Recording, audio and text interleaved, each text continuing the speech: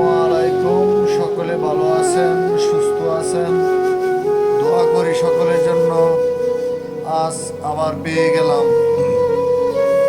আরেকটি জুম্মা মুবারক।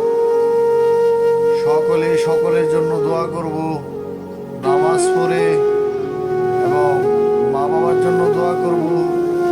এবং আমরা দূর দেশে থাকি এবং সকলে সকলের জন্য দোয়া করি এবং সকলের জন্য বিপদ আপদ বালা মুসিবত করে সকলে যেন ভালো থাকতে পারি আল্লাহর কাছে চাইব।